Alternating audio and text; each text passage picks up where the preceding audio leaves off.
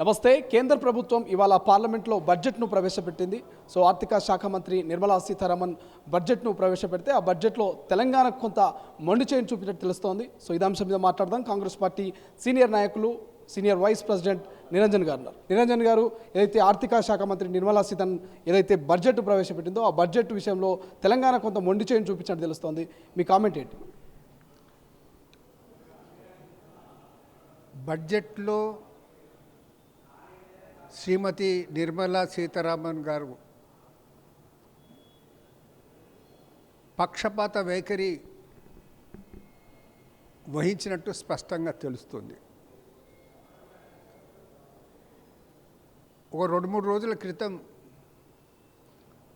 సుధేంద్ర అధికారి అని పశ్చిమ బెంగాల్ ప్రతిపక్ష నాయకుడు వాళ్ళ పార్టీ సమావేశంలో మాట్లాడుతూ కేంద్ర మంత్రుల సమక్షంలో సబ్కా సాత్ సబ్కా వికాస్ అనే నినాదాన్ని మానుకోవాలి, జో అప్నే సాత్ అపన్ భీ ఉన్కే సాత్ అనే మాట మాట్లాడటం జరిగింది. దానికి అద్దం పట్టినట్టు నిర్మలా సీతారామన్ గారు ఏ పార్టీ బలంతోనైతే అటు బీహార్కు సంబంధించినట్టు జేడీయూ మరియు ఇటు ఆంధ్రప్రదేశ్లో టీడీపీ సపోర్ట్తో అనేది ఆ ప్రభుత్వం మనుగడ సాగిస్తుందో ఆ 2 రాష్ట్రాలకు అనేది కప్పం కట్టినట్టు అనేది కేటాయించడం జరిగింది. అమరావతి నగరాన్ని అభివృద్ధికి 15,000 కోట్ల రూపాయలు ఇస్తున్నట్టు చెప్పిండ్రు.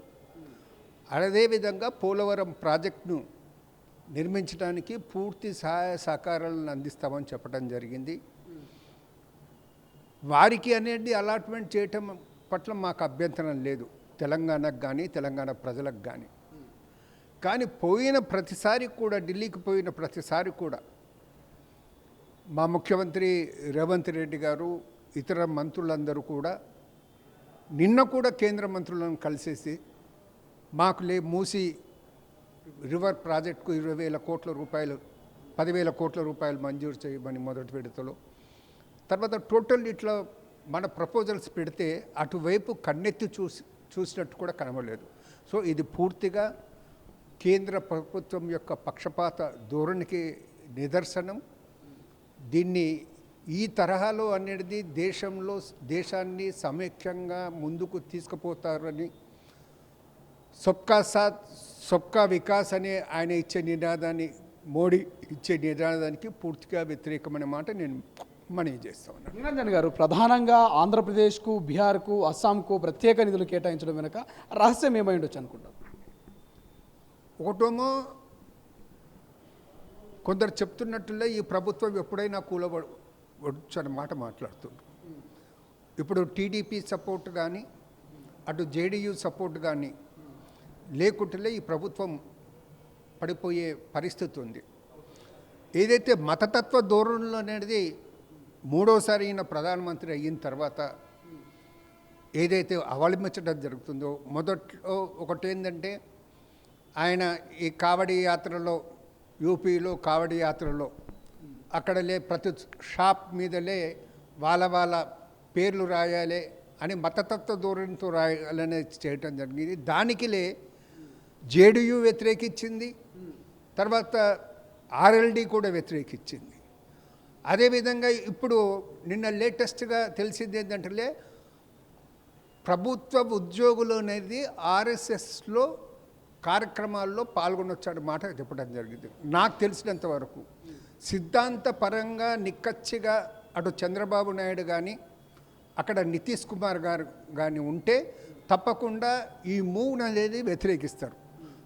దాన్ని దృష్టిలో పెట్టుకొనేసి అటు నితీష్ కుమార్ గారిని, ఇటు చంద్రబాబు నాయుడు గారిని కూడా గుడ్ లుక్స్లో పెట్టుకోవడానికి ఆయన ప్రయత్నం చేయటం జరిగింది. నిజంగా ఆయనకులే అటు బీహార్ ప్రజలపై కూడా బీజేపీకి ప్రేమ లేదు, ఇటు ఆంధ్ర ప్రాంత ప్రజలకు కూడా పై కూడా వారికి ప్రేమ లేదనేసి నేను స్పష్టంగా భావిస్తూ ఉన్నాను.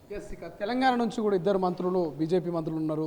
కేంద్ర మంత్రులుగా కేంద్ర మంత్రులుగా ఉన్నటువంటి ఆ మంత్రుల మీద కావచ్చు, బీజేపీ నాయకుల మీద మీ కామెంట్ ఏంటి తెలంగాణ నుంచి? ఇప్పుడు ఏం ముఖం పెట్టుకునేసి వారు ఇప్పుడు తెలంగాణకు వస్తారో రమ్మనండి, ఏం మాట్లాడతారో మాట్లాడాల మనండి. ఇప్పుడు మా మంత్రులు కూడానే కేంద్రంలో కిషన్ రెడ్డి కానీ బండి సంజయ్ గారు కానీ మంత్రులైతే పార్టీ వేరైనా కానీ కేంద్రంలో మన రాష్ట్రానికి చెందిన వారు ఇద్దరు ఉన్నారు, ఏవో ఫండ్స్ తీసుకొస్తారు, ఏవో డెవలప్మెంట్ ప్రాజెక్ట్స్ అనేది సహాయ సహకారాలు అందుతామని భావించారు. వాళ్ళు గొప్పగా మాట్లాడుకున్నారు, గొప్పగా చెప్పిండ్రు. కానీ చివరకు అనేది మన చేతిలో చిప్ప రావటం జరిగింది, వాళ్ళు ఇద్దరు కేంద్ర మంత్రులు ఉండి కూడా. సో దానికి జవాబు చెప్పాల్సి తెలంగాణ ప్రజలకు ఏం జవాబు చెప్తారో చెప్పుకోవాల్సిన పరిస్థితి వారికి ఉన్నది. కాంగ్రెస్ పార్టీ ప్రభుత్వాన్ని ఈ రాష్ట్రంలో వ్యతిరేకించే నైతికత అనేది ఆ మంత్రులకు లేదు. ఓకే, తెలంగాణలో కూడా అసెంబ్లీ సమావేశాలు ప్రారంభమైన ఈ నెల 25న బడ్జెట్ ప్రవేశపెట్టే అవకాశం ఉంది. మాజీ ముఖ్యమంత్రి కేసీఆర్ అయితే వాళ్ళ మొదటి రోజు హాజరు కాలేదు, 25న హాజరయ్యే అవకాశం ఉందని అంటున్నారు. వచ్చే అవకాశం ఉందంటారా? ప్రజలు అనేది ఒక శాసనసభ్యుడిని ఎందుకు ఎన్నుకుంటారు?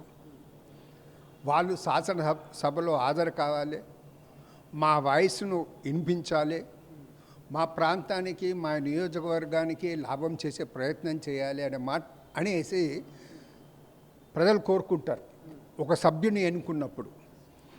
కేసీఆర్ గారు లాంటి నాయకులే అసెంబ్లీకి హాజరు కావటం లేదంటే అది వారి అహంకారానికి నిదర్శనం.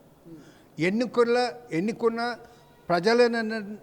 ప్రజల యొక్క అభిప్రాయాలను తిరస్కరించినట్టు అది.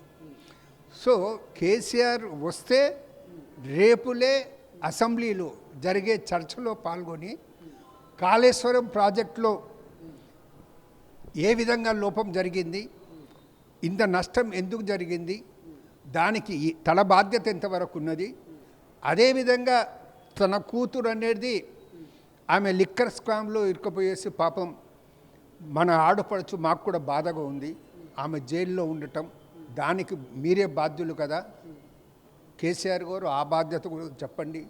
అట్లనే ఇది ఇతర పార్టీల నాయకులను తమకు పడని వారి మీద ఏదైతే ట్యాపింగ్ కేసులో ఉన్నదో అది మీ యొక్క చొరవతోటే మీరు కేంద్రంగానే నడిచిందని భావిస్తుండ్రు. దానికి కూడా ఆయన జవాబు చెప్పాల్సినటువంటి బాధ్యత ఉంది.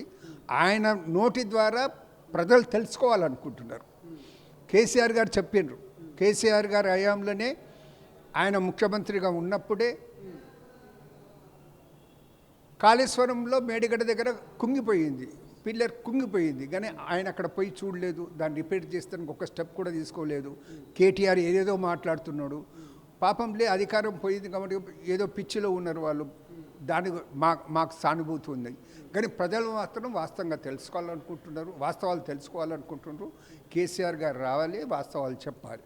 Okay, thank you so much. ఇది ఏదైతే కేంద్రం ఈరోజు పార్లమెంట్లో ప్రవేశపెట్టినటువంటి బడ్జెట్ మీద ఇక Congress party senior vice president Niranjan garu comment చేస్తూ ఉన్నారు. తెలంగాణకు మొండి చేయిని చూపించేటువంటి ప్రయత్నం చేసింది కేంద్రము. అటు ఆర్థిక శాఖ మంత్రి నిర్మలా సీతారామన్ ఏదైతే అటు ఏపీ ఇక బీహార్కు మాత్రము వరాల జల్లు కురిపించింది.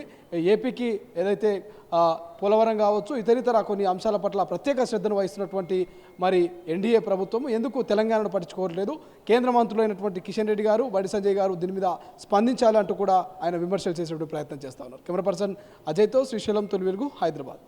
అసలైన తొలి వెలుగు. ఫాలో వాట్సాప్ @తొలి వెలుగు అఫీషియల్.